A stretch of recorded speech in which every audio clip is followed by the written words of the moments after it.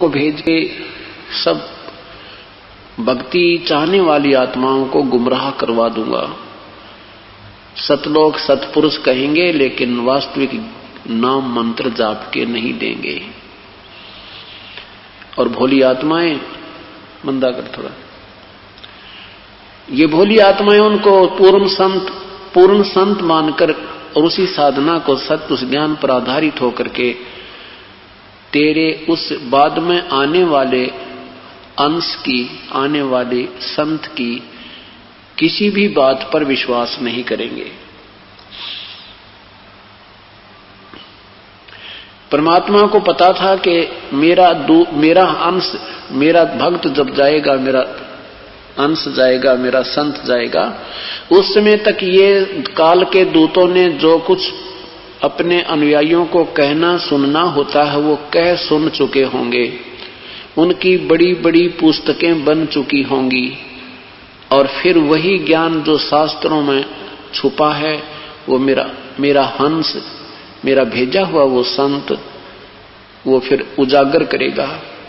और उन काल के दूतों की सोच, उनके विचार, उनके द्वारा रची हुई पुस्तकें उनसे तुलना की जाएंगी अपने मूल सदग्रंथों से। तब ये पुण्यात्मा पहचान जाएंगी परमात्मा कौन है। प्रभु को ये भी मालूम था। आज आपके समक्ष वही हो रहा है कि जिन्होंने जो कहना सुनना था सब संतों की 3-3 4-4 पीढ़ी चल चुकी है। राधा स्वामी पंथ ने ही सतलोक का ठेका ले रखा है और उनके पास उनकी आज लगभग 100-125 वर्ष हो चुके हैं और उन महापुरुषों के द्वारा लिखी पुस्तकें भी आपके सामने सीडी के द्वारा, समाचार पत्रों के माध्यम से पहुंच चुकी है कि वो उन्होंने क्या बता रखा है। अपने मूल सदग्रंथ और जिन्होंने परमात्मा प्राप्त हुआ उन संतों ने क्या बताया है।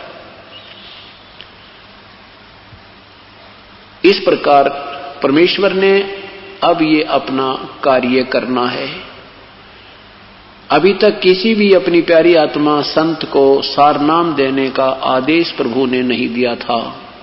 जो उनके संपर्क में आए थे, जिनको अपना साक्षात्कार कराया था, सतलोक दिखाया था, उनको सार नाम देकर के आगे बैन लगा दिया था कि आगे अभी नहीं बताना ये सार नाम, नहीं तो ये बीच की पीढ़ी पार नहीं होगी। बिचली पीढ़ी, अब ये बीचली पीढ़ी प्रारंभ हो गई है। पहली पीढ़ी कलयुग में अपने पूर्वज अशिक्षित थे और कुछ चंद लोग ही शिक्षा के अधिकारी होया करते थे, उनको ब्राह्मण कहते थे। वही शिक्षा ग्रहण कर सकते थे, वो संस्कृत के को वही जानते थे। उन संस्कृत के ज्ञाताओं को यह तत्व ज्ञान नहीं था। परमेश्वर ने आकर के वास्तविक ज्ञान वही जो अपने सदग्रंथों में आज मिल रहा है वो ज्यों का त्यों बताया। लेकिन इन नकली महापुरुषों ने, संतों ने, ज्ञानहीन ऋषि महर्षियों ने परमात्मा के ज्ञान को ऊपर नहीं आने दिया जो आज आपके समक्ष वो तत्व ज्ञान रखा हुआ है।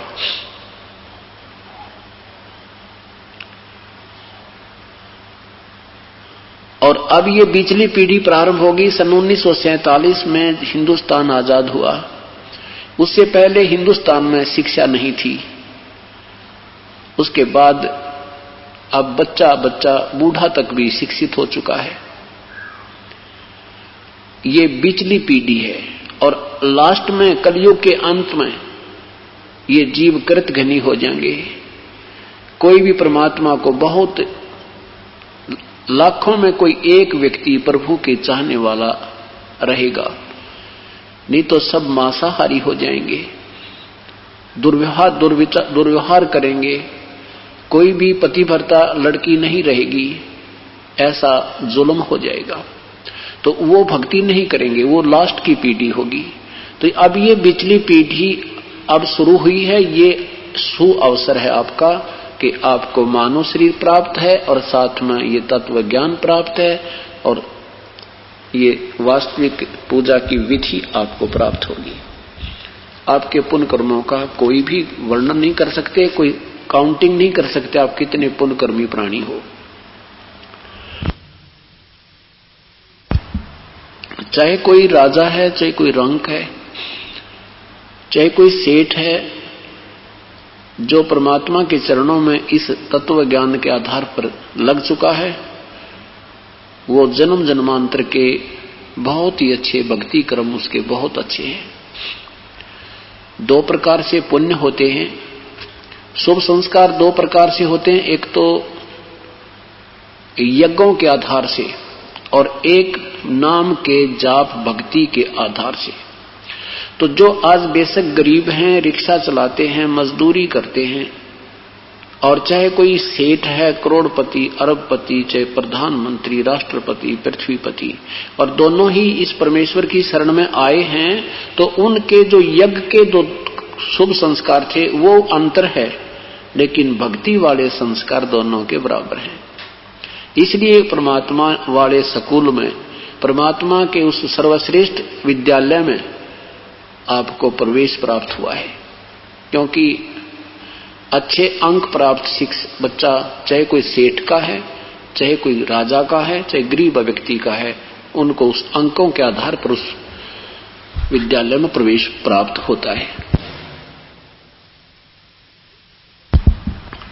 ठीक इसी प्रकार आप बहुत पुण्यकर्मी प्राणी हो, आपको नहीं मालूम, लाल को अपनी कीमत का पता नहीं होता, हीरे को अपने मोल का ज्ञान नहीं होता, जोर ही बताया करता है। क्या बताते हैं आदरणीय गरीबदास साहेब, परमेश्वर के तत्व ज्ञान से परिचित होने के उपरांत अपनी अमृतवाणी में कहते हैं, लख बर सूरा जूझे ही लख बर सावत दे, लख बर यति जहान में तब सतगुरु शरणा दे।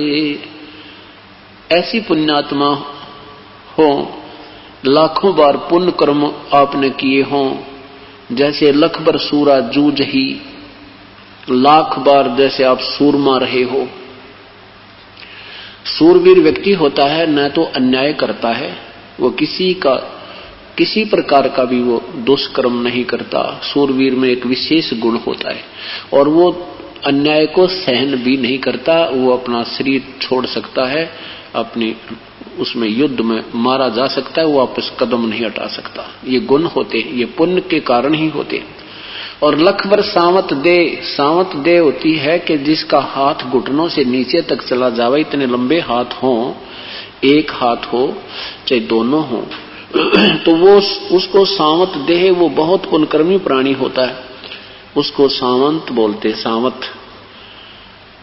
ऐसे लक्षण उस पुण्यकर्मी के होते हैं। वो भी बहुत नेक आत्मा होता है, कभी किसी को कष्ट नहीं देता, अपने ऊपर सब दुख दूसरों के भी झेल लेता है। और लख पर यति जहान में, यति जैसे हनुमान जैसे यति, ऐसे ऐसे भी आप लाखों बार रह चुके हो, तब सतगुरु शरणा ले।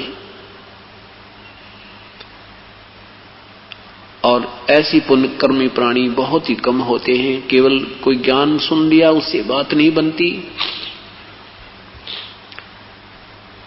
और केवल कोई यही इस बात से ही अपनी महिमा बनाते हैं कि हम बहुत श्रेष्ठ हैं, कोई दुराचार हम नहीं करते, या कोई बहन भाई कहते हैं कि हम बिल्कुल जति और सती हैं। बहुत अच्छी बात है, लेकिन साधु संत मिलना, परम संत की शरण में आना, ये बहुत दूर की बात है, बहुत मुश्किल की बात है। क्योंकि संत शरण में आने से चाहे कोई दुराचारी भी क्यों ना हो, वो भी सदाचारी बन जाता है।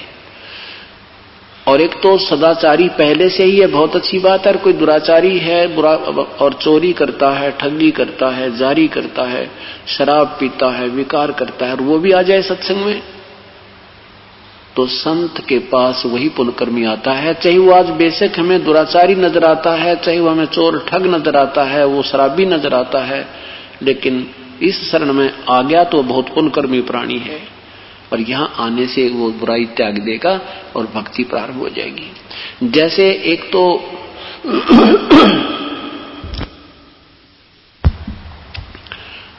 एक तो जमीन होती है जिसमें ज्यादा घास फूस या झाड़ ज्यादा नहीं होते, वो तो समझो वो पुण्य आत्मा है जो जति और सती हैं, दुर्व्यसनों से दूर हैं, और एक वो जमीन है जिसमें झाड़ जंखाड़ घने उग चुके हैं।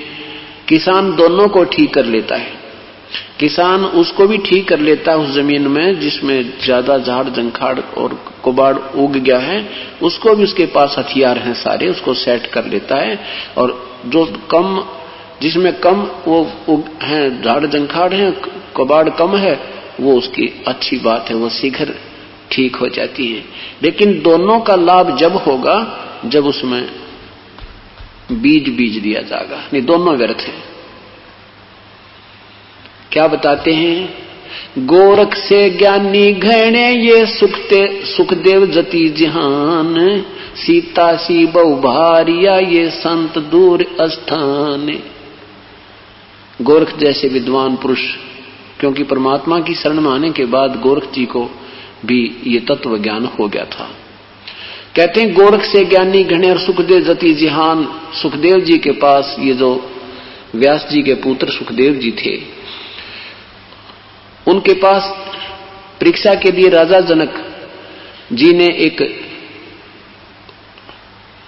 एक सुंदर लड़की भेज दी रात्रि के समय, और वो जाकर के सुखदेव की चारपाई पर बैठ गई, और सुखदेव बिल्कुल इकट्ठा हो गया, बोला नहीं और उठ के वहां से बाहर निकल गया।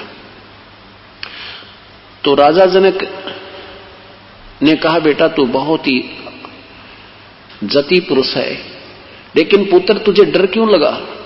तू ऐसे सुकड़ को रहा था उस लड़की से, फिर भी तेरे अंदर कमजोरी थी, तू उसको स्त्री मान रहा था, थी तो यह भी कमजोरी तेरे में, फिर भी तूने अपना कंट्रोल बहुत किया, तो फिर भी जति पद में है। जैसे भक्त आत्मा अनजानपने में कहते हैं कि संत लड़कियों से पैर नहीं छुआते, क्योंकि ये मार्ग जो भक्ति मार्ग है ये अभी तक हमारे तक पहुंचा ही नहीं था। हमने वो एक लोकवेद सुना था, उसी के आधार पर हमने अपर डिसीजन अच्छे और बुरे का कर रखा है।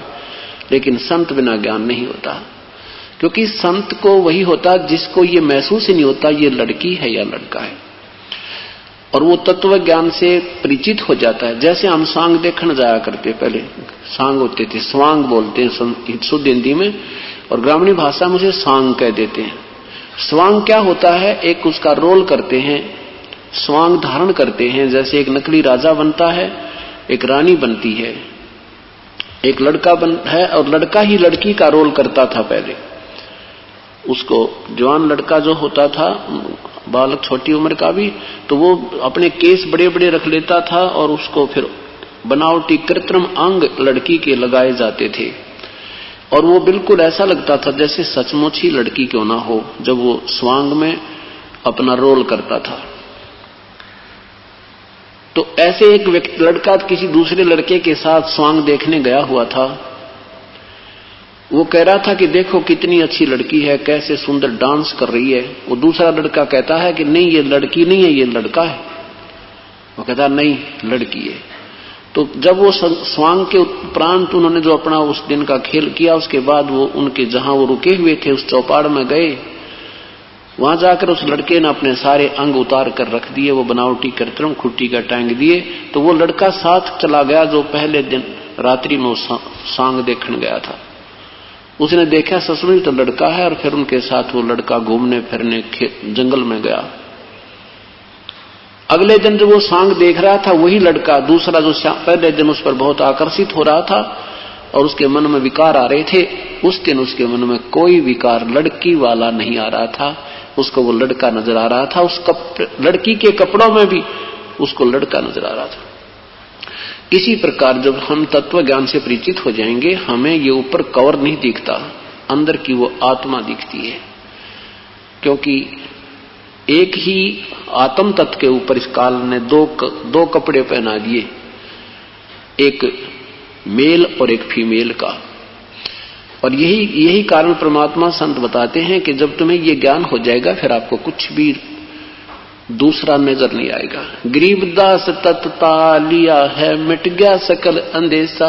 ये तत्ता लिया यानी निचोड़ निकाल लिया, ये व्हाट इज दिस, ये क्या कहानी है, तो फिर कोई फर्क नहीं पड़ता। तो सुखदेव जी को कहा कि बेटा तेरे में अब भी कमजोरी थी यार, जब तू इसे डर रहा है और वो सुकड़ रहा है, नहीं तो वो आराम से बैठ जाता और पूछता बहन बेटी कैसे आई है, क्या काम है, इतनी सी बात थी। तो कहते हैं परमात्मा कोई बात नहीं, सुखदेव जैसे जति बहुत मिल जाएंगे और सीता जैसी सती पत्नी भी बहुत मिल जाएंगी, परंतु ये परम संत और उसकी शरण बहुत मुश्किल से मिलेगी। गोरख से ज्ञानी घण ये सुखदेव जति जहान, सीता सी बहु भारिया भाई संत दूर अस्थान। इस प्रकार जब हम तत्व ज्ञान से परिचित होंगे फिर हमें केवल आत्म कल्याण ही नजर आएगा और केवल परमात्मा ही हमें, पूर्ण ब्रह्म ही अपना साथी और कल्याणकारक नजर आएगा। तो जो अब आप परमेश्वर की शरण में आए हो बहुत पुण्यकर्मी प्राणी हो,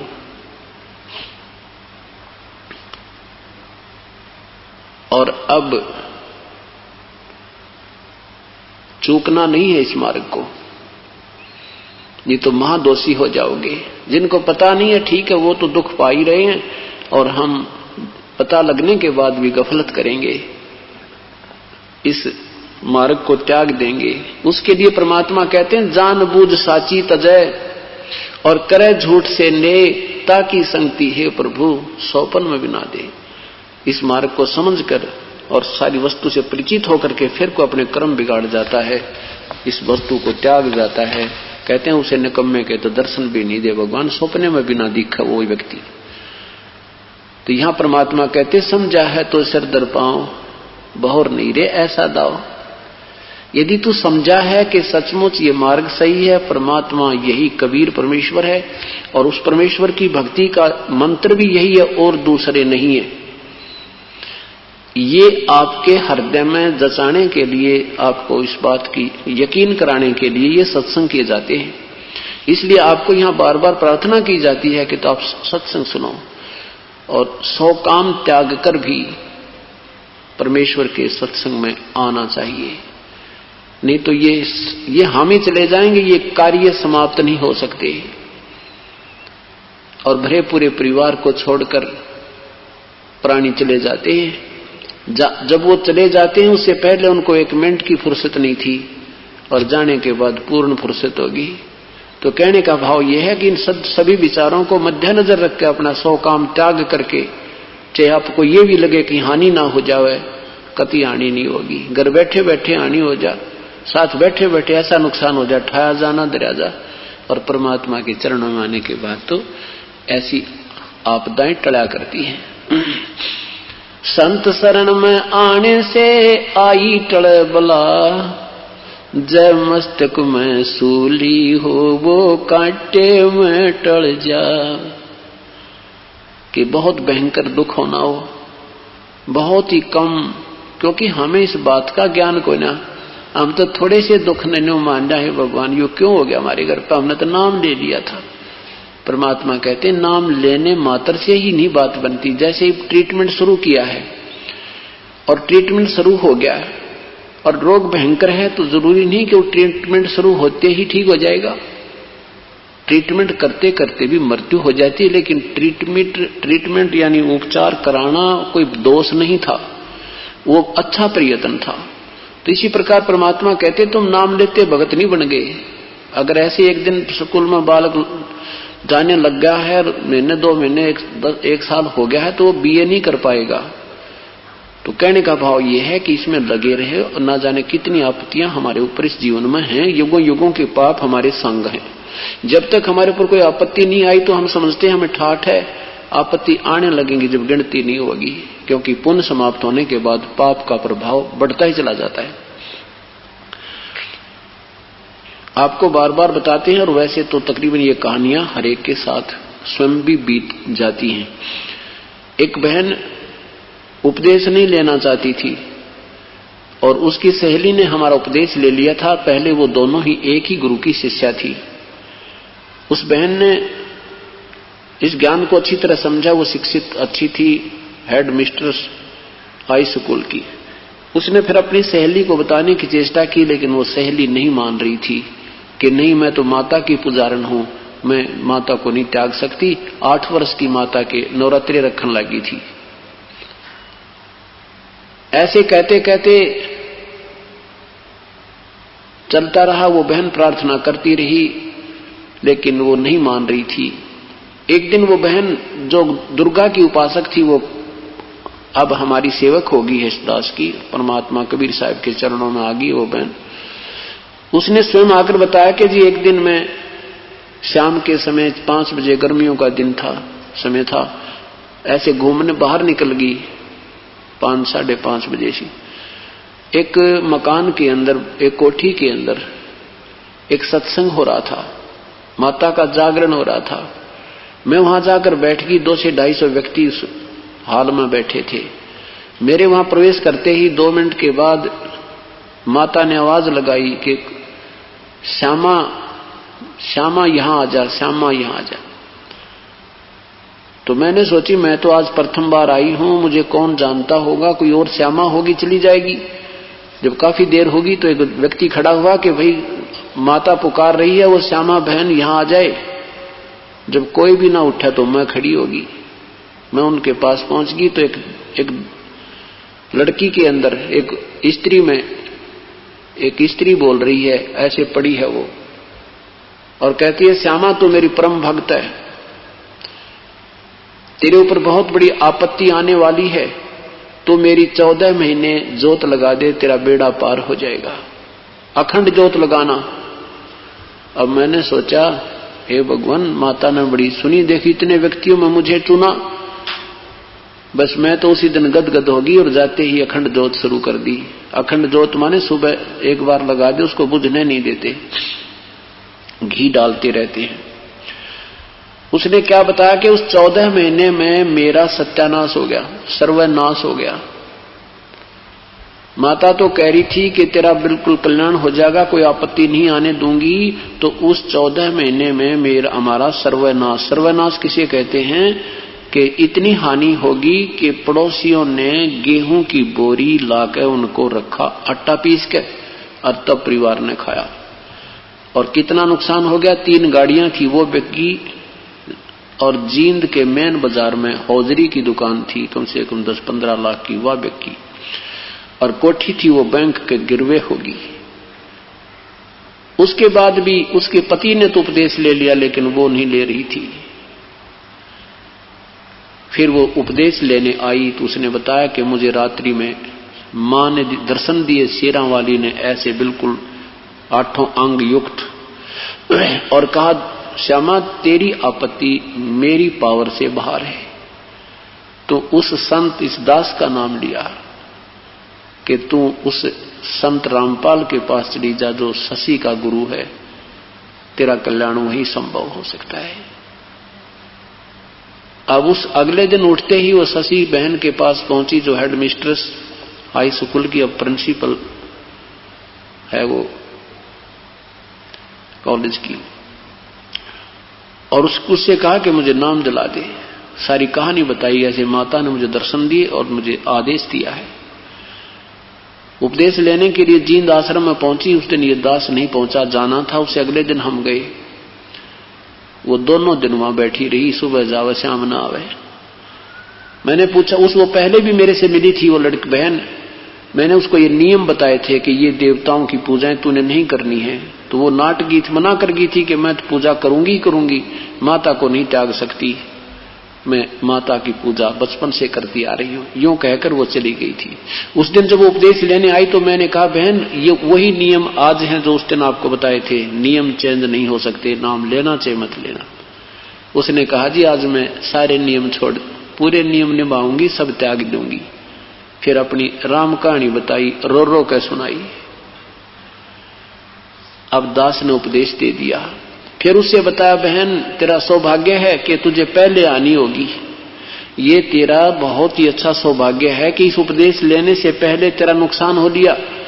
परमात्मा कहते नाम सहित बेवतन भला जो दर दर मांगे भीखा, क्या हुआ छत्र की छांचा लायो राजपाट धेली का।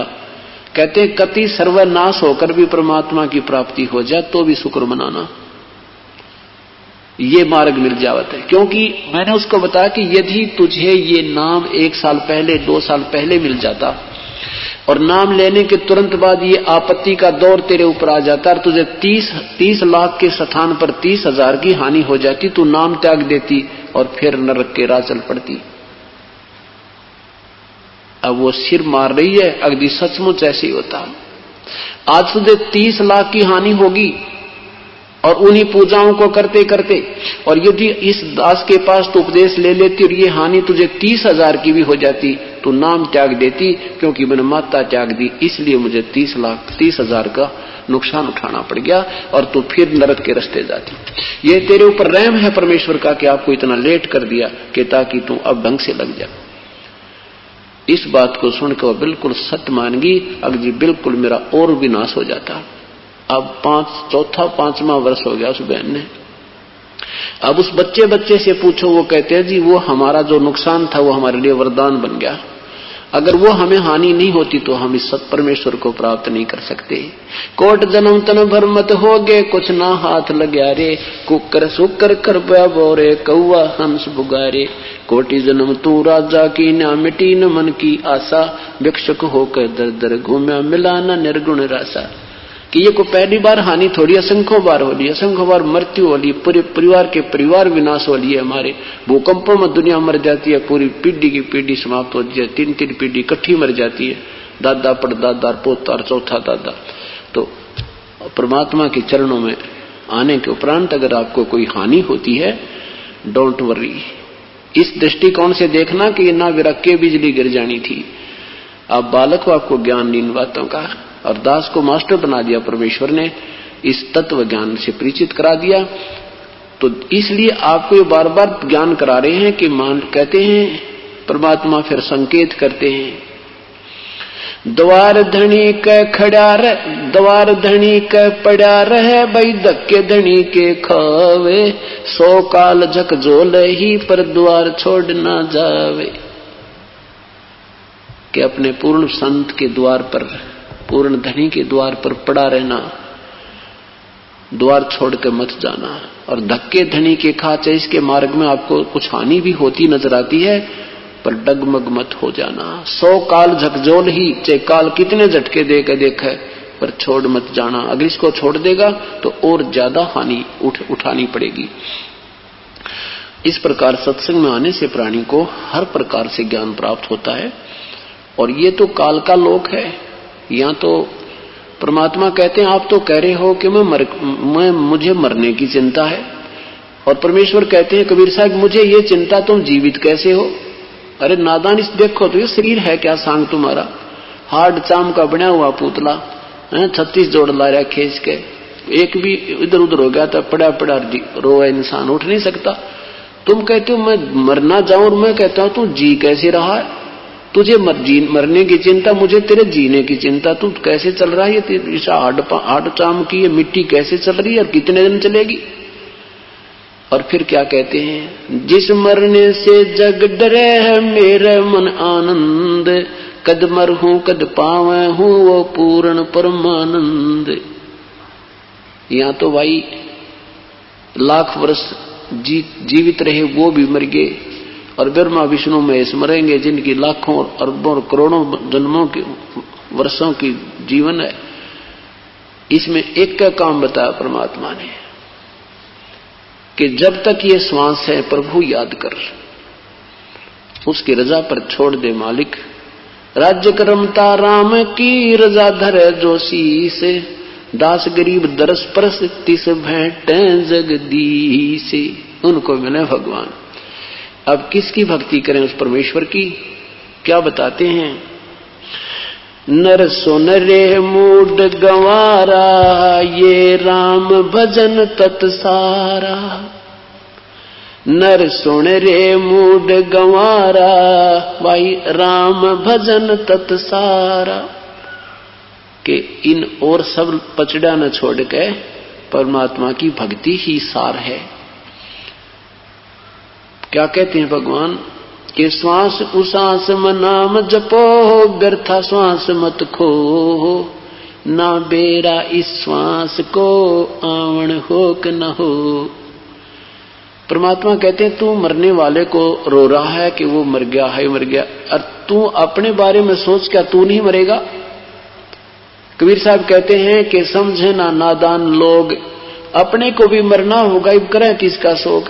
अगर हमने ना मरना हो और मरने वाला गलत बन गई हो तो वो अकेला ही मर गया, हम नहीं मरेंगे, तो वे चिंता भी ठीक लगे तुम्हारी। ईश्वर हमें हर प्रकार से संतुष्टि देते हैं, और वो क्या कहना चाहते हैं, ये सारा ज्ञान देकर के कहाँ हमारा दृष्टि, कहाँ हमारे जो ना ये दृढ़ करना चाहते हैं बुद्धि को, इसको समझना चाहिए। जैसे सुखदेव ऋषि जी ने और राजा परीक्षित को 7 दिन की कथा सुनाकर एक ही काम किया था 7 दिन में, कि तेरी इसकी वृत्ति संसार से हटकर और स्वर्ग में लग जा, बस। और कोई योगदान उस सुखदेव का नहीं था, इतना ही योगदान था कि इसकी वृत्ति यहां संसार से हटा दूं, इस ऐसी कथा कहानी सुनाकर, ताकि जब सब सर्प इसको डसे तो इसकी ममता यहां किसी बालक में, घोड़े में, को राज में, किसी बच्चे में ना रह जाए, कहीं फिर यही आमरे। और पुण्यात्मा वो परमात्मा हमारे आप पे रजा कर देता है, उस कथा की जरूरत कोई ना, वापस सिस्टम बना देता हमारा। क्योंकि अंत समय में जब जीव की मृत्यु होती है, उस समय हमारी जहां भी आशा रह जाएगी उसी में वही जन्म होगा, हम फिर दुख के भागी बने रहेंगे। और परमात्मा ऐसे कृपा कर देते हैं। एक भक्त की मां मर गई और 70 साल की हो रही, तो बुढ़िया के पेट में दर्द हो गया, और इतना दर्द हो गया कि बालक बोलने व बोल नहीं सके, और ट्रीटमेंट भी कराया, आध घंटे में मृत्यु को प्राप्त होगी। अरे इससे बात पर नाम छोड़ गए, नो बोले हमारी तमाम मृगी बोलने भी ना पाई, और आप कह रहे थे कमाल का बात है, 6 महीने नाम लिए हुए बुढ़िया ने, बताई बुआ गवर्नर बन जाएगी 6 महीने में, अगवा पर उस स्वर्ग से भी ऊपर पहुंच जाएगी। जितना उसने किया उसके साथ है, और 70 साल की बुढ़िया हो रही, बता फिर भी तुम्हारे मंदिर खरपतवार भरा। फिर सत्संग सुना क्या आपने? तुमने 1 साल से नाम लिया हो गया, सत्संग सुन रहे थे, क्या विचार किया? अब परमात्मा ने जो उस बुढ़िया के लिए क्या बहुत अच्छा किया। क्योंकि अगर अंत समय में मरते समय तुम्हारे से बातचीत करती, हाय मेरा पोता किससे है, हाय फलाने ने बुला दो, तो उसकी यही ममता रह जाती, वह भूतनी बनाओ।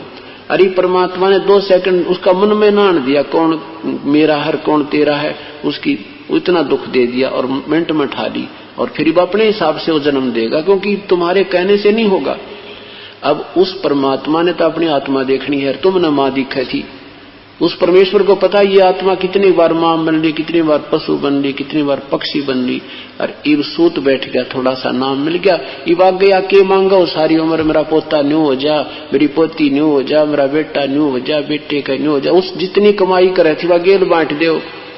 और इब हुआ परमात्मा उसको अपने हिसाब से ऐसे घर में जन्म देगा, उसका जीवन ही सत्साहिब बोलकर प्रारंभ होगा। पर कोई ना बुद्धिमाई कर्महीन इंसान सतगुरु से दूर हो जाते हैं। तो इस प्रकार इस ज्ञान को समझो पहले, नहीं तो मैं इन दूसरे संतों की तरह करोड़ों की संख्या जोड़ देता, अगर उनकी तरह ड्रामा करता, कोई आओ किसी तरह आओ, कोई बूटी लाओ, चाहे उसका नागद काटो, चाहे मंदिर जाओ, हमने ऐसा नहीं चाहिए, क्योंकि हम दोषी हो जाएंगे। फिर जैसे कोई अधिकारी फौज में लंगड़े लूले भर्ती कर दे तो उसको भी निकाल दिया जाता है फिर फौज से, और वो तो रिजेक्टेड है ही है। तो इस प्रकार वहां वही भर्ती किए जाएंगे जो उस काल के साथ युद्ध कर सकोगे। इस काल के झटके आपके ऊपर आएंगे तो आपको ये ज्ञान ऐसे रोक देगा जैसे ढाल होती है, आप डगमग नहीं हो सकते, और तभी हम सफल होंगे। कहते मौला बैठा मोर चे देख जन की भेड़े, 12 कोट जम किंकर जहां वहां एक नाम की खेड़। क्या बताते हैं कि परमात्मा हमारे इस खेल को देख रहा है, और कहते हैं वहां जब यहां से हम चलेंगे तो आगे आपको यमदूत मान ले दिखाई भी देंगे, तो नू ना करियो हाय माँ हाय बाबू हाय पिताजी, नहीं। कहते वहां सिमरण करना सांस वाला, और उस सांस के सिमरण तो देखिए उसका कैसी टक्कर लगेगी, न्यू पड़ेंगे उनके कमर जा जाकर लगेगी। कहते मौला बैठा मोर्चे, परमात्मा हमारा ये भेड़ कहते हैं, जैसे ये पशु बिड़ा कर लड़ते हैं ऐसे। कहते ऐसे काल के दूतों के साथ, काल के जो आने वाले आपत्तियों के साथ तुम्हारी ऐसी भिड़ंत चल रही है, और वहां पर एक नाम की खैड़, एक श्वास के सिमरण से वो इतने बुरी तरह गिर जाएंगे, आपके निकट नहीं आ पाएंगे, भाग जाएंगे। अगर तुम वहां बाज लोगे, हाय मर गया बताइए पिताजी, तो कहते हैं तुम फेल हो जाओगे। तो वहां पर ये नाम का हथियार है, श्वास का जो सिमरण है ऐसे। तो इसी प्रकार ये ज्ञान आपके आधार बनाएगा, और फिर आपत्ति के समय उस परमेश्वर का सिमरण ही हमें काम आएगा। नर सुन रे मूड गंवारा, भाई राम भजन तत्सारा। नर सुन रे मूड गंवारा, ये राम भजन तत्सारा। राम भजन बिन बैल बनेगा, सुकर स्वान शरीरम। कौआ खर की दे धरोगे, मिटे नहीं तकसीरम। राम भजन बिन बैल बनोगे, सुकर स्वान शरीरम। कौआ खर की दे धरोगे, मिटे न या तकसीरम। कीट पतंग भवंग होत है, गिद्दड़ जम्बक जूनी। बिना भजन जड़ वृक्ष बनोगे, पद बिन काया सूनी। भक्ति बिना नर खर एक है, भक्ति बिना नर खर एक है। जिन हर पद नहीं जान्या, पार ब्रह्म की परख नहीं रे। पूज मरे पाषाण। भक्ति बिना नर खर एक है, जिन हर पद नहीं जान्या। पूर्ण ब्रह्म की परख नहीं रे, ये पूज मरे पाषाण। सथावर जंगम मैं जगदीशम, व्यापक ब्रह्म बिनानी। निरालंब न्यारा ना दर्शे, ये भुगते चारों खानी। तोलन मोल वजन नहीं आवे, अस्थिर आनंद रूपम। घटमट में तत् से ती न्यारा, वो सोहंग सत्य स्वरूपम। बादल छा ओस का पानी, तेरा ये अनुमाना। आठ पटन कीर्तन सब झूठा, ये रंचक सुख जपटाना। क्या बताते हैं? बादल छहा ओस का पानी, तेरा ये उन्माना। आठ पटन कीर्तन सब झूठा, ये रंचक सुख जपटाना। निराकार निर्भय निर्वाणी, सुरत नृत निर्तावे। आत्म राम अतीत पुरुष को, गरीब दास न्यो पावे। क्या बताते हैं परमात्मा के विषय में आदरणीय गरीबदास साहिब जी के? नर सुन रे मूड गंवारा, भाई एक नाम भजन तत्सारा। परमात्मा का भजन करना ही सार है सारे जीवन का। और भक्ति बिना क्या बनोगे कि राम भजन बिन बैल बनेगा। सुकर सुअर कुकर स्वान कुत्ता ये शरीर मिलेंगे, और कौवा खर माने गधे को कहते हैं। कौवा खर की दे धरोगे, मिटे ना या तकसीरम। ये तकसीर माने ये कष्ट, ये दुख तेरा कभी समाप्त नहीं होगा भक्ति बिना। भक्ति बिना नरखर एक है। ओए है, जो भक्ति नहीं करते वो मनुष्य में और पशु में, गधे में कोई अंतर नहीं बताया संत ने। क्या कहते हैं? जैसे एक पल्लेदार सुबह से लेकर शाम तक गधे से भी ज्यादा वजन ढोता है। एक किसान सुबह से लेकर शाम तक बैल से भी ज्यादा काम करता है। एक दुकानदार सुबह बैठ जाता है, शाम तक ना जाने कितनी अपनी साधना कर बैठा रहता है और कितना परिश्रम करता है। टकटकी लगाए बैठा रहता है, गाहक ना आया, वो शायद इधर आ जावे, वो शायद इधर आ जावे। पर परमात्मा के नाम पर कहते तुम बिल्कुल भी ध्यान नहीं देते, लगते हो तो बस टेम्परेरी ऐसा था, ऐसा थोड़ा सा औपचारिकता सी। नहीं, इसको भी सिरधड़ से करना पड़ेगा। जैसे हमने रोजी रोटी की चिंता होती है, हम उसको बहुत ही अच्छी तरह करते हैं, सुचारू रूप से करते हैं। ऐसे प्रभु की प्राप्ति और सद्भक्ति के लिए करना होता है। बिना भक्ति बिना नरखर एक हैं, जिन हर पद नहीं जाना। परमात्मा की वास्तविक भक्ति जिनको प्राप्त नहीं हुई, और पूर्ण ब्रह्म की परख नहीं रे। और ये पूज मरे पाषाणा, पत्थर पूज पूज कर मर गए और पत्थर ही बन गए, 84 लाख योनियों में चले गए।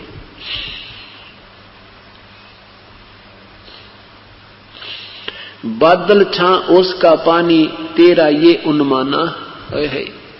इतना जीवन आपका चाहे 1 लाख वर्ष का भी है, जैसे बादल की छां अस्थायी होती है, हवा चली वो बादल की छां नहीं रही। और जैसे ओस का पानी सुबह 2 घंटे के बाद नजर नहीं आता। और आदरणीय कबीर साहब जी, परमेश्वर पूज्य कबीर साहब जी कहते हैं, पानी केरा बुद बुदा आसमान उसकी जाते, देखत ही छुप जाएगा ज्यों तारा प्रभात। कि ये जीव एक बार शरीर छूट गया ना तेरा, इसका नाम निशान नहीं पाओ भाई, आंख खोलो, सावधान हो जाओ। अब जाने वाले चले गए, हम सोचते हैं वो तो मर गए, और हम क्या करेंगे, हम हमारे साथ क्या होगा, वो दिन अपना भी आने वाला है, कभी भी आ सकता है। क्या जाने वाले को पता था मैं कल ही चला जाऊंगा? परमात्मा याद दिलाते हैं कि मत भूलना भगवान, ये समय मिला है आपको। मौत भूल गया बावड़े, तने अचरज किया कौने, तन माटी में मिलेगा जो आटे में लूण। आटे में नमक डालने के बाद कहीं दिखाई नहीं देता, आटा ही आटा दिखाई देता है। ऐसे ये 5 तत्वों का पुतला अपने विभागों में बट जाएगा।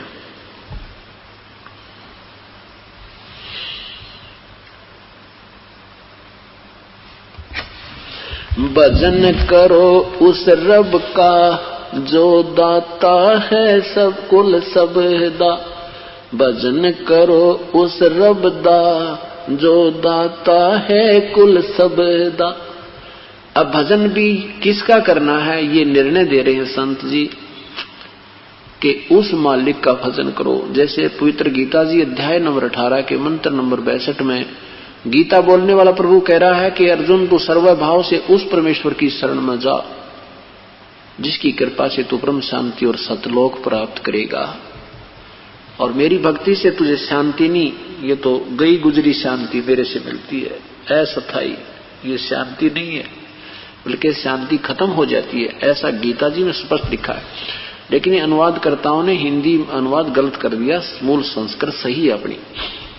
तो क्या ये परमात्मा आदरणीय गरीबदास साहिब जी भी कबीर परमेश्वर की तरफ संकेत करते हुए कह रहे हैं, भजन करो उस रब दा जो दाता है कुल सबदा। बिना भजन भय मिटे न जम का, समझ बूझ रे भाई। सतगुरु नाम दान जिन दीन्या, या संतों ठहराई। सत कबीर नाम करता का, सत कबीर नाम करता का, कल्प करे दिल देवा। सुमरण करे सुरत से लापे, पावे हर पद बेवा।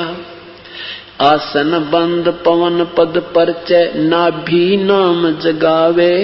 त्रिकुटी कमल में पद्म झलके, जासे ध्यान लगावे।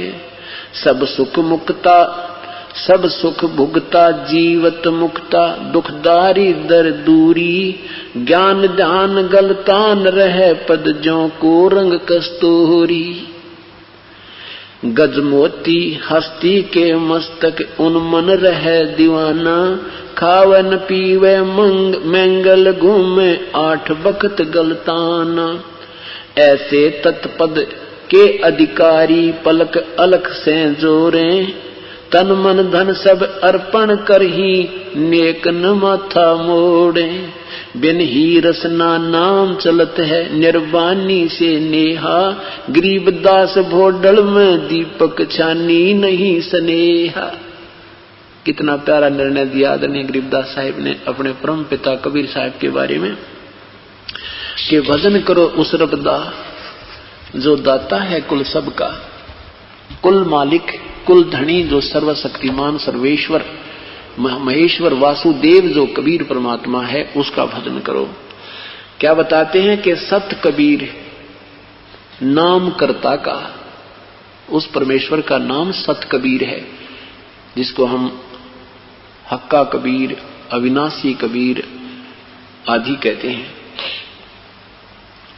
सतगुर नाम दान जिन दीना यो संतों ठहराई, बिना भजन भय मिटे नहीं जम का समझ बूझ रेवाई। सत कबीर नाम करता का कल्प करे दिल देवा, हृदय से उस परमेश्वर देवा मन उस मालिक को चाहवे, और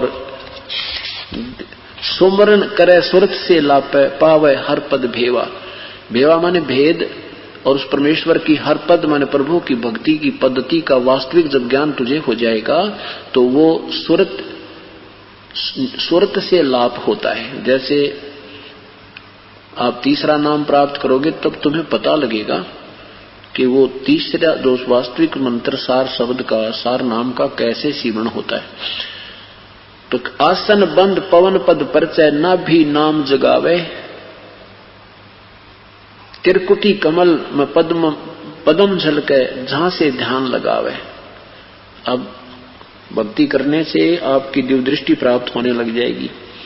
कभी कभी आपको वैसे भी झलक सी आएंगी, जैसे आप ध्यान कर रहे होगे, नाम जाप कर रहे होगे, आपके सामने कोई ऐसी चीज बाहर नजर आएगी वैसे ही हवा में, और वो रिफ्लेक्शन होगा उस किसी कमल का जिसकी आपकी अत्यधिक भक्ति से वो खुल चुका होगा। वैसे तो 4 महीने के सत भक्ति ये पहला मंत्र करने से आपके कमल बिल्कुल खुल जाते हैं, उनको आपको पता नहीं लगता, और नहीं आपको लगने देना है, क्योंकि आप अभी बालक हो। बच्चे ने खिलौना दिखा ना भाग देगा माँ पिता की उंगली छोड़ के। कुदरती बात होती है, मेले में बच्चा जाता है तो पिता की उंगली पकड़े हुए होता है, और उसको जरा सा कोई आकर्षण दिख गया तो वो उंगली छोड़कर उधर भाग जाता है, वहां उससे मिलना कुछ नहीं होता, वो तो पिता ने दिलाना था साथ जाकर के उसको। तो आप ऐसे इतने बालक हो, अगर आपका एक बार भी उस किसी कमल में दृष्टि लगी तो वापस को ना हो और काल का दाव लग जाएगा। लेकिन आपका काम बन चुका है, आप अगर सच्चे मनते हैं और कोई गलती नहीं की, आपने नियम नहीं तोड़ा है, तो 4 महीना के अंदर आपके ये नीचे के कंठ कमल तक का काम बन चुका है। ये तो काम बना है, मतलब वहां आपका अकाउंट खुल गया, और फिर आपने वो डिपॉजिट करते रहना या कमाई। इससे आपको यहां रहोगे जब तक का ये सुख सुविधाएं प्राप्त होंगी, ताकि आपका भक्ति में श्रद्धा बनी रहे, आपको समय मिले, आपका काम आगे से आगे सरे, आपकी श्रद्धा बढ़ती रहे।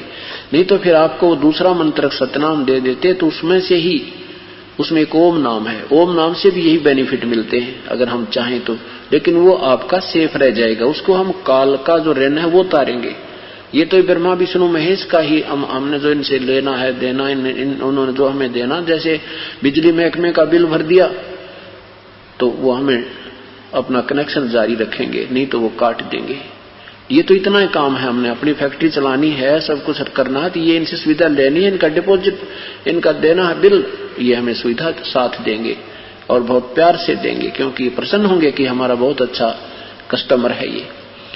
तो हम अभी अनजान संतों का फंस गए, अपनी पुछली कुमाई खा रहे थे, भविष्य की कुछ बन नहीं रही थी, और ये भी उन्हीं को प्राप्त होंगे जो अधिकारी से नाम लेगा। अनधिकारी भी ये नाम ही देने लग जाएंगे, निकम्मी आत्मा काल के दूत, उनसे लाभ कति नहीं होगा। इस प्रकार आध्यात्मिक लाभ आपका विधिवत पद्धति, विधिवत साधना से ही प्राप्त होता है। क्या बताते हैं? सब सुख भुगता जीवित मुक्ता, दुख दारिद्र दूरी है।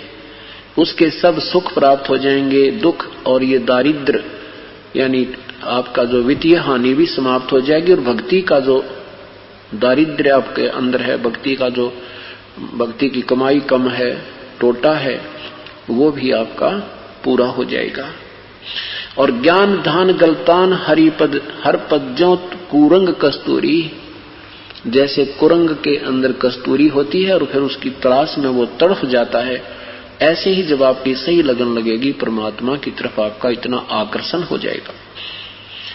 ऐसे तत्पद के अधिकारी पलक अलग से जोरे, तन मन धन सब अर्पण कर ही नेक न माथा मोड़े। बिन ही रसना नाम चलत है निर्बानी से नेहा, आपका श्वास से सिमरन चलेगा, जुबान से नहीं जाप होता। बिन ही रसना, रसना माने जिह्वा, जुबान से साफ नहीं होगा, वो श्वास का सिमरण है। 2 मंत्र का है, एक ओम है, एक उसमें तत् मंत्र है। बिन ही रसना नाम चलत है, निर्वाणी से नेहा निर्वाणी, यानी पूर्ण परमात्मा जो सतलोक में पूर्ण मोक्ष के अंदर हमारा पूरी नेह माने रुचि, उसमें पूरी रुचि हो जाएगी। कहते हमें पता लग जाएगा जिस भक्त आत्मा की परमात्मा के अंदर सच्ची लगन और सच्ची भक्ति चल रही है, उसकी चेहरा ही बता देगा। कैसे बता देगा कि गरीबदास भोडल में दीपक छानी नहीं स्नेहा, जैसे बल्लभ के ऊपर और भोडल ये प्लास्टिक डाल दे तो भी चमक अंदर से बाहर दिखती रहती है।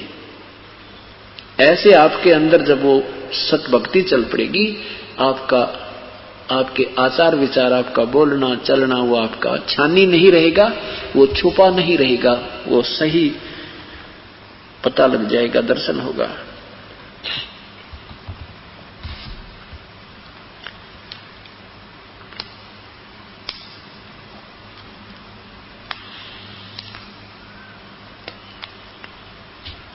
अब क्या बताते हैं परमात्मा के भजन करो उस रबदा जो दाता है कुल सबदा। वो कौन है वो परमात्मा? पुण्यात्मा, जब तक हमें ये ज्ञान नहीं होगा कि वो परमात्मा वास्तव में कौन है और उससे हमें क्या बेनिफिट होंगे, तब तक रुचि बने नहीं। और जब तक रुचि नहीं बनेगी हम भक्ति नहीं कर सकते, सीधी सी बात है। जैसे हम जो भी हमें ज्ञान हुआ था, जैसे दास पहले हनुमान जी का पुजारी था, हनुमान जी के विषय में एक छोटे से बालक ने, मेरे साथी ने बताया था कि हनुमान की पूजा करे तो भूत ना सतावें, इतना बेनिफिट याद रखा था। अब उसके निकट भूत नहीं आ सकते हैं। और हनुमान चालीसा करे, बजरंग बली है, यू भूता का गदा ठोक दे है। तो हम इसी लालच में 7 बार हनुमान चालीसा करते थे। फिर बाबा श्याम जी की परंपरागत साधना थी, उसका न्योय निबेरा के करे, पर ये पूजना जरूरी क्योंकि अपने परंपरागत पूजाएं हैं। फिर सालासर जाने लगे हनुमान जी की पूजा, क्योंकि सब बहुत बड़ा मंदिर है वहां, इस उद्देश्य से कि बहुत बड़ा मंदिर है, बहुत लोग जाते हैं वहां और ज्यादा लाभ होता होगा। फिर भगवान श्री कृष्ण, भगवान श्री राम, विष्णु जी, शिव जी की महिमा से हम परिचित हुए पवित्र हिंदू धर्म में जन्म होने के कारण। तो इनका जैसा भी हमने कथाएं सुनी थी, जैसे भगवान श्री कृष्ण ने कंस मार दिया, चाणूर मार दिया, भगवान श्री कृष्ण ने पूतना मार दी, कुब्जा का कूब ठीक कर दिया, मोरध्वज के पुत्र ताम्रध्वज को जीवित कर दिया, ऐसे ऐसे इनकी महिमा सुनकर हम इन पर आकर्षित हो गए। बिल्कुल ठीक है। अब हमें पता चला कि ये प्रभु इतना कर सकते हैं, लेकिन ये न स्वयं मृत्यु कर्म दंड से मोक्ष जैसा करेंगे इनको भरना पड़ता है, और न ही ये अविनाशी है, इनके लोक भी नाशवान, ये भी नाशवान है। अब पता चल गया। तो अब हमें पूर्ण परमात्मा की ही तरफ होगी जो अविनाशी है, जिसके विषय में ये स्वयं भगवान भी संकेत कर रहे हैं। गीता जी में लिखा कि अर्जुन, जब तुझे पूर्ण परमात्मा के विषय में ज्ञान हो जाएगा, उसके गुणों से तो परिचित हो जाएगा, तेरी आस्था ऐसी अन्य भगवानों में रह जाएगी जैसे बहुत बड़े जलाशय की प्राप्ति के उपरांत श्रद्धा छोटे तालाब में रह जाती है। गीता जी अध्याय नंबर 2 मंत्र नंबर 46 में। आज हमें ये ब्रह्मा विष्णु महेश बुरे नहीं लगते, लेकिन इनसे हमारा काम पूर्ण रूप से नहीं सर सकता, इसलिए हम उस पूर्ण परमात्मा की ही तरफ में अब सच्चे दिल से लग जाएंगे। अब उसके लिए इन कथाओं की आवश्यकता पड़ेगी, जिन कथाओं को सुनकर हम श्री राम श्री कृष्ण से प्रभावित हुए, ऐसे ही अब हम परम पिता परमेश्वर पूर्ण ब्रह्म की कथा सुनकर उससे प्रभावित और आकर्षित हो जाएंगे। और फिर बच्चे बच्चे के मन में, बच्चे बच्चे के मुख पर ये कथाएं आ जाएंगी, जैसे रामायण और महाभारत आज तक हम हिंदू समाज के अंदर उत्पन्न प्राणियों के बच्चे बच्चे में विद्यमान है। तो फिर हम ये सत कथाएं हमारे हृदय में आ जाएंगी, फिर हमें कोई डगमग नहीं कर सकता। फिर कोई, अब तो कोई कहता है कि कबीर परमात्मा है, तो दूसरा कहता झूठ बोल रहा है, ये तो नहीं हो सकता। वो तो एक संत थे, वो तो एक भगत थे, वो तो एक गरीब से आदमी थे, जुलाहे थे, ऐसे कहते हैं। और जब आप परिचित हो जाओगे, फिर आम व्यक्ति कहेगा, ओहो भाई भगवान ही, मैं तो वो तो भगवान न पड़े। अरे क्या बात की, जिक्र चलते ही इन्हों कहा जी हाँ बिल्कुल सही भगवान। अब जैसे श्री राम के बारे में, श्री कृष्ण जी के विषय में उन्होंने ऐसे कर दिया, उन्होंने ऐसे कर दिया, तो कोई भी ये कहने वाला नहीं था कि इन्होंने नहीं किया। हाँ बिल्कुल सही, क्योंकि सबने वो कथा सुन रखी थी और सैकड़ों वर्षों से 20-20, 30-30 वर्ष से सुनते आ रहे थे। तो वो सत्य हमें बिल्कुल कोई शंका नहीं हुई कि ऐसा नहीं है। तो अब वो भी सही है, लेकिन वो परमात्मा इनसे भी सुप्रीम पावर का है। कुछ मिलती जुलती शक्ति होती है, कुछ मंत्री और मुख्यमंत्री की पावर मिलती जुलती होती है, लेकिन मुख्यमंत्री की पावर के सामने एक मंत्री की पावर बहुत छोटी होती है। प्रधानमंत्री की शक्ति भी कुछ मिलती जुलती होती है, उसने भी ऐसे कर दिया, उसने भी ऐसे कर दिया, उसने भी ऐसे लाभ दे दिया, वो दे सकते हैं, लेकिन प्रधानमंत्री के सामने मंत्री स्टेट के और मुख्यमंत्री की पावर बहुत कम आ जाती है। इसी प्रकार प्रत्येक प्रभु की अपनी अपनी स्थिति में अपनी अपनी शक्ति है, लेकिन पूर्ण परमात्मा के सामने वो ऐसी हैं जैसे तारा मंडल बैठे करिए चांद बड़ाई खावे, उदय हुआ जब सूर्य का स्यों तारों छप जावे। कबीर परमेश्वर की महिमा का ये सूर्य जब उदय होगा, इन अन्य ब्रह्म परब्रह्म और ब्रह्मा विष्णु महेश की जो महिमा आप सुना करते, वो चांद और सितारों की तरह ऐसे फीकी नजर आएंगी, आपको याद भी ना रहेंगी, आपको दिखाई भी नहीं देंगी उस परमात्मा की परम शक्ति की तुलना में। ये आपको बिल्कुल नाम मात्र ही नजर आएंगी। अब क्या बताते हैं, चारों युग में हम पुकारे कूक कहा हम हेल रे, हीरे माणक मोती बरसे ये जग चुगता ढेल रे। है परमात्मा कहते हैं हम चारों युगों में आकर के आवाज लगाई है हमारे परमात्मा कबीर साहब ने, और हमारे जैसे दासों की भी ऐसी ही ड्यूटी लगाई है। हीरे माणक मोती बरसे ये जग चुगता ढेल रे, हीरे मोती माणक बरसे। पूर्ण परमात्मा के शरण में आने के बाद बहुत ही ज्यादा लाभ होते हैं और वास्तविक लाभ होते हैं, उनकी कीमत होती है। उसके स्थान पर तुम ये डड़े ढो रहे हो, ये ढेल चुग रहे हो, ये डड़े चुग रहे हो, ये अन्य उपासना करके, जैसे ब्रह्मा विष्णु महेश, विष्णु जी शिव जी की साधना, श्री कृष्ण राम की हरे राम हरे कृष्ण सीताराम राधे श्याम राधे राधे श्याम राधे ओम नमः शिवाय, ये जो साधना तुम कर रहे हो, और केवल ओम तक भी साधना और केवल सोहम तक का भी जाप, कहते हैं ये जग चुगता ढेल रे डले, क्योंकि ये भगवान भी अविनाशी नहीं, इनसे मिलने वाले सुख स्थायी नहीं। गीता जी, पवित्र गीता जी अध्याय नंबर 7 के मंत्र नंबर 12 से 15 में तीनों गुणों रजगुण ब्रह्मा सतगुण विष्णु तम गुण शिव जी की पूजा से प्रभावित होकर उन्हीं पर आसक्त रहने वाले उस त्रिगुणमयी माया में फंसे हुए प्राणियों के विषय में कहा कि ये और पूजा नहीं करते। राक्षस स्वभाव के धारण किए हुए मनुष्यों में नीच दुष्कर्म करने वाले मूर्ख ये मेरी भक्ति भी ना करते। अपने विषय में भी गीता बोलने वाले प्रभु ब्रह्म कहते हैं 7वें अध्याय के 18वें श्लोक में गीता जी में कि मेरी साधना भी घटिया है, और ये पुण्यात्मा है तो प्रभु को चाहने वाली, पर इनको तत्वदर्शी संत ना मिलने से ये मेरे वाली अनुतमम वेरी बैड घटिया तो घटिया साधना में व्यस्त रहे, व्यवस्थित है। इसलिए कहा 18वें अध्याय के 62वें श्लोक में और 15वें अध्याय के 4थे मंत्र में कि तत्वदर्शी संत के प्राप्ति के उपरांत उस परम पद परमेश्वर की खोज करनी चाहिए जिसमें गए हुए प्राणी फिर लौटकर संसार में नहीं आते। और जिस परमेश्वर से ये उल्टे संसार पे लटके हुए वृक्ष की सारी प्रवृत्ति विस्तार को प्राप्त हुई, अर्थात सारे ब्रह्मांड जिसने रचे हैं, उसी की पूजा कीजिए, और मैं भी उसी की शरण में हूं। अन्य पूजा नहीं करनी चाहिए, और उसकी कृपा से तो परम शांति और शाश्वत स्थान यानी सतलोक को प्राप्त होगा। गीता जी के अध्याय नंबर 18 के मंत्र 64 में कहा कि तुझे एक गुप्त भेद और बताता हूं अर्जुन, तो मेरा बहुत प्यारा है। क्या है कि ये भगवान जिसकी तरफ मैं संकेत कर रहा हूं, ये मेरा भी पूज्य देव है, मैं भी इसी की पूजा करता हूं। और स्वयं परमेश्वर कहते हैं कि तेरा ज्योत स्वरूपी अलख निरंजन ये धरता ध्यान हमारा। गोरखनाथ से परमेश्वर ने कहा कि तेरा भगवान जिसे तू प्रभु मानता ज्योत निरंजन ब्रह्म, ये भी मेरी पूजा करता है, तब मैं इसको टुकड़ा देता हूं, ये अपने 21 ब्रह्मांड चला रहा है। अक्षर पुरुष एक पेड़ है, निरंजन वाकी डार, तीनों देवा शाखा है, ये पात रूप संसार। और मूल कौन है? वो जड़ पूर्ण ब्रह्म कबीर साहब है। जड़ से खुराक चलती है, तना में आती है, तना से जड़ के सामने तना भिखारी है, और तना से फिर आगे मोटी डार में ये ब्रह्म समझो, और फिर उसमें से तीनों ब्रह्मा विष्णु महेश रूपी शाखा में आगे हम लटके हुए हैं।